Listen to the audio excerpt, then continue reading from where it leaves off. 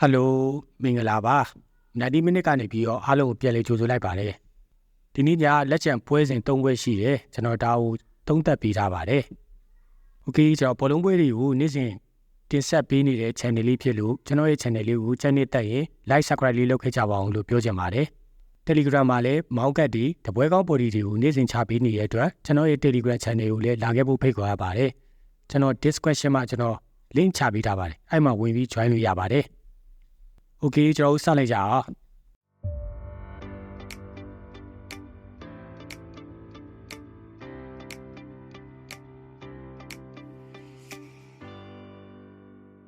ပထမဆုံးပွဲကတော့လာလီဂါပွဲစဉ်ဖြစ်တဲ့ဗီလာရီနဲ့အက်စပန်ညိုပွဲပဲဖြစ်ပါတယ်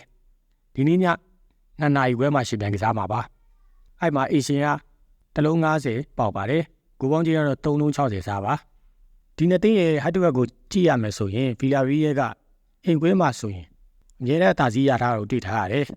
ဒီရာဒီပထမကျော်အက်စပန်ညိုအိမ်ကွင်းမှာလည်းC2နဲ့ဗီလာရီရဲ့နိုင်ထားတယ်ဒါပေမဲ့အခုဗီလာရီရဲ့လက်တလုံးကစားပုံတွေတိတ်မကောင်းဘူးသူ့ရဲ့နောက်ဆုံးကစားခဲ့တဲ့9ပွဲကိုပြန်ကြည့်ရမယ်ဆိုရင်လည်း4ပွဲရှုံးတာတယ်တပွဲတည်ကြထားပါတယ်အဲ့မှာချန်ပီယံလိ2ပွဲပါတယ်ဗျအေချက်ကို1-2နဲ့ရှုံးတယ်လီဗာပူးဆင်ကို3-0နဲ့ရှုံးထားပါတယ်ပြီးတော့နောက်ဆုံးကစားခဲ့တဲ့အိုဆာဆူနာနဲ့ပွဲမှာလည်း2-2ဆိုပြီးတော့တည်ကြထားတဲ့ဗီလာရီရဲ့အသင်းဖြစ်ပါတယ်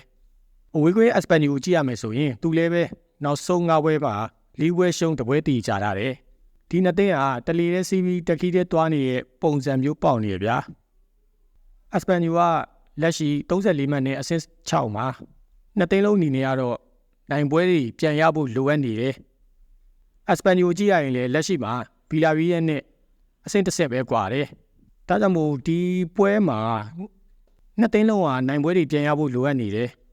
ဒီပွဲမှာနှစ်ဖက်တွင်းကိုတွေမြင်ရနိုင်ပါတယ်ဂိုးပေါင်းပုံကိုကျွန်တော်ကြိုက်တယ် BTTS ကိုကစားစီချင်ပါတယ်နှစ်သိန်းလုံးနိုင်ပွဲတွေပြန်လည်ရရှိဖို့အတွက်တိုက်စစ်ဖွင့်ပြီးကစားလာပါလိမ့်မယ်ဒါကြောင့်မို့လို့ပါโอเคနောက်တစ်ပွဲကတော့ CT ပွဲဖြစ်တဲ့အတလန်တာနဲ့ခရစ်စမိုနီပွဲပဲဖြစ်ပါတယ်ဒီနေ့ည12နာရီမှာရှင်မြန်ကစားမှာပါအဲ့မှာအေရှင်အတလန်တာကတလုံး80ရှုံးပေါက်တယ်ကိုပေါင်းကြီးကတော့350စားပါဒီရာဒီစပထမကျော့မှာခရီမိုနီစ်အိမ်ခွဲမှာဘောလုံး possession အတားကြီးနဲ့အတလန်တာကစားခဲ့တယ်ဒါပေမဲ့ပွဲလေးပြီးရော1-1တည်ကြခဲ့တယ်အတလန်တာမနိုင်ခဲ့ဘူးပေါ့နော်ဒီနှစ်သိန်းရဲ့ဟတ်တူဝက်ကိုပြန်ကြည့်ရမယ်ဆိုရင်လည်း၄ချိန်တွေ့ထားတယ်2016တုန်းကကိုပါအီတာလီယာမှာတစ်ချိန်ကျန်တာတော့အီတလီစီးရီးမှာတွေ့ထားတာပါအဲ့ဒီမှာအတလန်တာ2ပွဲနိုင်ထားတယ်2ပွဲတည်ကြထားပါတယ်အဝေးကွင်းခရီမိုနီစ်ကိုကြည့်မယ်ဆိုရင်စီးရီးစီယာမှာ23မှတ်နဲ့အဆင့်15မှရှိတယ်သူကစားပုံတွေကိုပြန်ကြည့်ရမယ်ဆိုရင်9ပွဲဆက်တိုက်နိုင်ပွဲပြောင်းနေတယ်အဲ့မှာရိုမာကို1-3နဲ့ရှုံးတယ်ဂျူဗင်တက်ကို5-0နဲ့ရှုံးတယ်နောက်ဆုံးကစားခဲ့တဲ့ပွဲဇယားထိတ်ကအင်တာမီလန်ကို0-2နဲ့ဆိုပြီးရှုံးထားပါတယ်သူအဝေးကွင်းမှာနိုင်ထားတဲ့ပွဲဆိုလို့လက်ရှိအဆင့်10ကဘိုလိုနာကိုပဲ1-3နဲ့အဝေးကွင်းမှာနိုင်ခဲ့တဲ့ပွဲပဲရှိတယ်အခုအတ္တနဲ့ပွဲကိုသူ့အနေနဲ့အများကြီးမျှော်လင့်လို့မရဘူးအခုအတ္တနဲ့ပွဲပြီးသွားရင်လေဂျီရိုနာနဲ့အိမ်ကွင်းမှာပြန်ပြီးကစားဖို့ရှိတယ်အဲ့ပွဲမှာတော့သူ9ပွဲဆက်တိုက်နိုင်ပွဲပျောက်နေတာကိုအဲ့ပွဲမှာပြန်လဲနိုင်ပွဲပြန်ရလာနိုင်မယ်လို့ပဲမျှော်လင့်ရမယ်အေရှင်အတလန်တာကတော့လက်ရှိ36မှတ်နဲ့အဆင့်9မှာရပ်တည်ထားတယ်အဆင့်4ကဂျူဘေတက်နဲ့9မှတ်ကြီးကွာနေရဗျအဲ့ဒီတော့ရှေ့နှစ်မှာဥရောပဝင်ခွင့်ရဖို့အတွက်အခုလိုအတင်းလေးနဲ့တွေ့တဲ့ချိန်မှာအမှတ်ပြည့်3မှတ်ဆိုတာကိုယူထားဖို့လိုအပ်နေတယ်အတလန်တာကိုကြည့်မယ်ဆိုရင်အတလန်တာက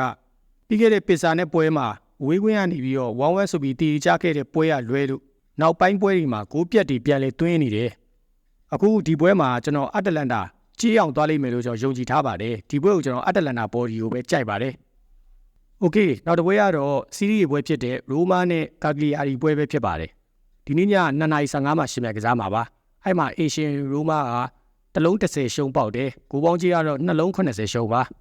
ဒီနှစ်သင်းဟာဒီယာဒီပထမကျော့မှာကာကလီယာရီအိမ်ကွင်းမှာရိုမာရှုံးထားတာအဲ့ဒီမှာမိနစ်90မှာရိုမာဘက်ကနေတယောက်ထုတ်ခံရတယ်ပွဲလဲပြီးတော့1-0နဲ့ဆိုပြီးရိုမာရှုံးသွားတယ်